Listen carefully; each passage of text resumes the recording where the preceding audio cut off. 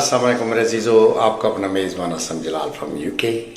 आप मेरे YouTube channel देख रहे हैं तो मेरे अजीज़ो मेरे इस चैनल को सब्सक्राइब करना मत भूलिए। हम उस मुल्क में रह रहे हैं जहाँ इंसान को गोली मारना दहशतगर्दी और उनको भूखे मारना जमहूरियत कहा जाता है।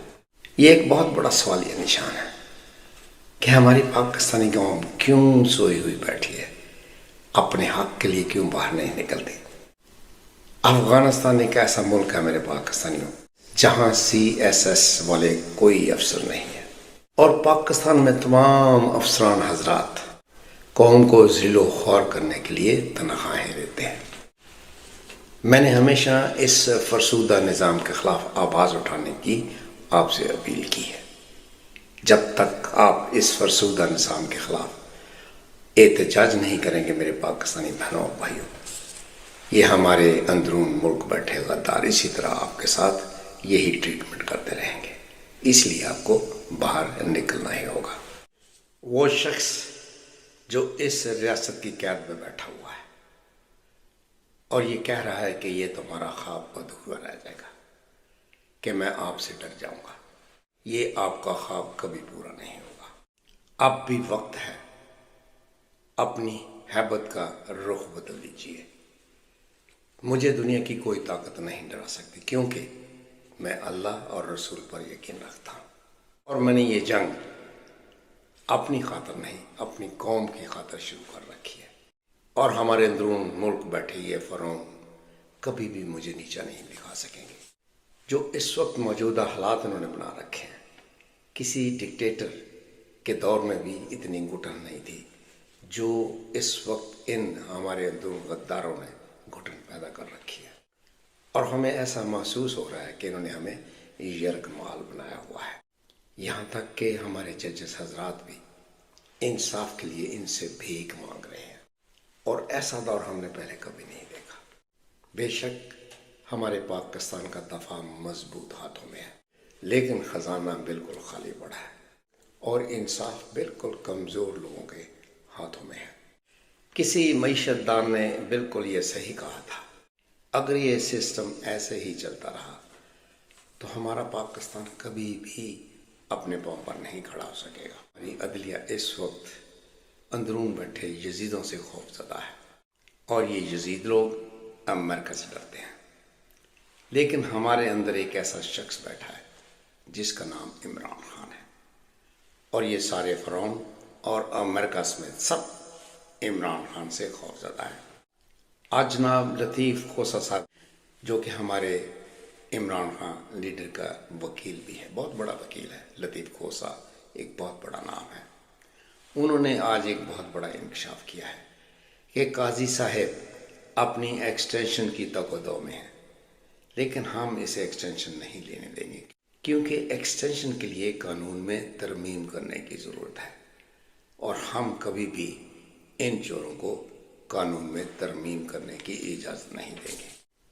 एक बड़ी अहम ख़बर मेरे पाकिस्तानी में आपसे शेयर करना चाहता हूँ कि पुलिस ने सनम जावेद और आलिया हमज़ा को 9 मई के हवाले से गिरफ़्तार किया था और जो FIR काटी गई थी उसमें क्या लिखा है, बड़ी हैरानकुन बात यह है कि सनम जावेद और आलिया हमज़ा ने पुलिस पर हमला किया था और इनको ज़दोकोब किया था, इसलिए उन्हें 9 मई के हवाले से आज तक जेल में रखा हुआ है।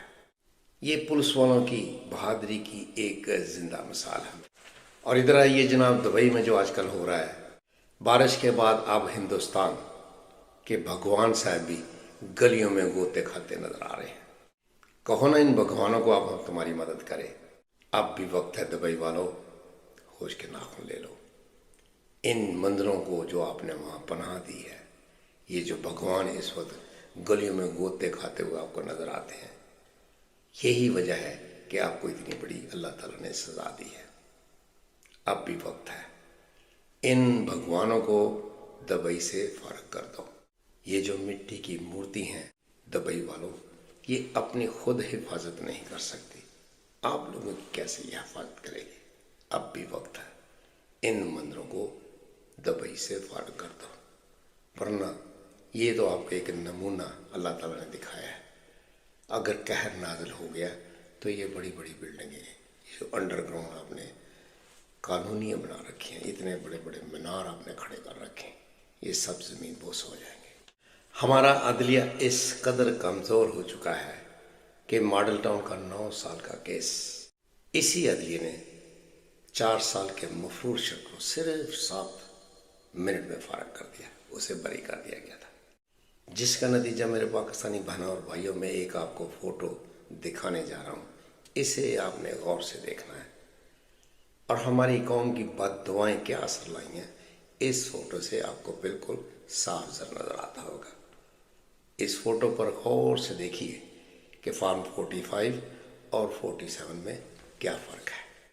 آج میں نے اچانک ایک بریکنگ نیوز دیکھی، اس میں کیا انکشاف ہوا، ذرا اس پر بھی آپ نے توجہ دینی ہے۔ بشرا بی بی نے تو بتا دیا ہے عدالت میں کھڑے ہو کر کہ اس نے اپنی عدت پوری کی تھی اور پھر نکاح کیا تھا۔ اب سوال یہ پیدا ہوتا ہے کہ اب مریم نواز صاحبہ جو ہماری اس وقت وزیر اعلیٰ ہیں، شادی کے بعد 4 مہینے میں ایک بیٹی کو کیسے جنم دیا؟ مریم صاحبہ، کیا آپ کے پاس اس کا کوئی جواب ہے؟ اگر ہے تو ہماری پاکستانی قوم کو بتائیے۔ نواز شریف صاحب، یہ جو آپ کی دوتی ہے، پنجابی جی دوتی کہتے ہیں نا، آپ بتائیں آپ قوم کو کہ اسے 4 مہینے میں تمہاری بیٹی نے کیسے جنم دیا تھا؟ آپ کے پاس اس کا کوئی جواب نہیں ہے سوائے اس کے کہ تم ڈوب مرو۔